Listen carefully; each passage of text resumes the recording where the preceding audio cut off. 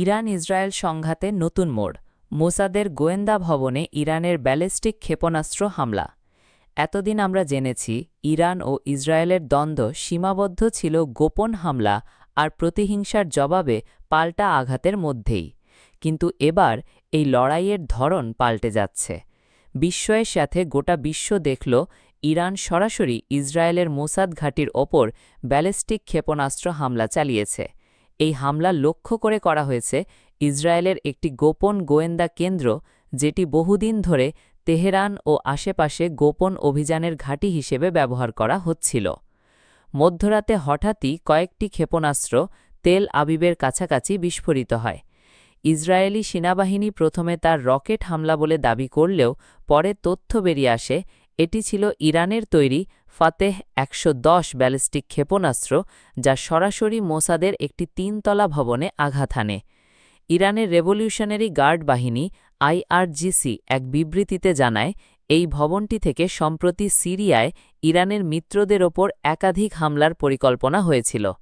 তাদের দাবি, হামলার সময় ভবনের ভেতরে অন্তত ১২ জন গোয়েন্দা কর্মকর্তা ছিলেন। হামলার পরে ব্যাপক আগুন লাগে ভবনে। ইসরায়েলি কর্তৃপক্ষ আগুন নিয়ন্ত্রণে আনতে বহু সময় নেয়।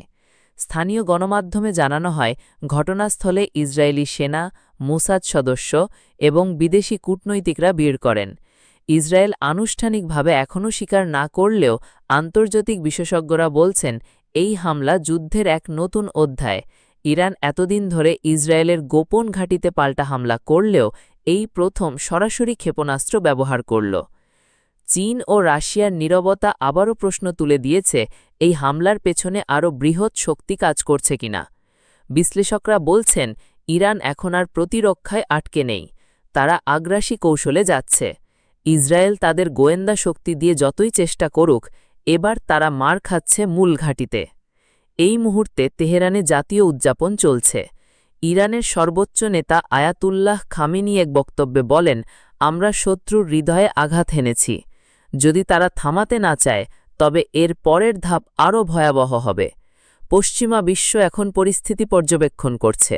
যুক্তরাষ্ট্র এক বিবৃতিতে বলেছে, তারা ইসরায়েলের পাশে রয়েছে, তবে খোলাখুলি সামরিক সহায়তার বিষয়ে এখনও কিছু জানায়নি। বিশ্ব রাজনীতি এখন এক দ্বিধার মোড়ে দাঁড়িয়ে। ইরান যদি আবারও এমন হামলা চালায়, তাহলে মধ্যপ্রাচ্য অগ্নিগর্ভ হয়ে উঠবে, এ নিয়ে কোনো সন্দেহ নেই। তবে এই ঘটনার সবচেয়ে গুরুত্বপূর্ণ দিক হল, ইরান এখন সরাসরি জানিয়ে দিচ্ছে, আর গোপনে নয়, যুদ্ধ এখন প্রকাশ্যে। ইসরায়েল কি এর পাল্টা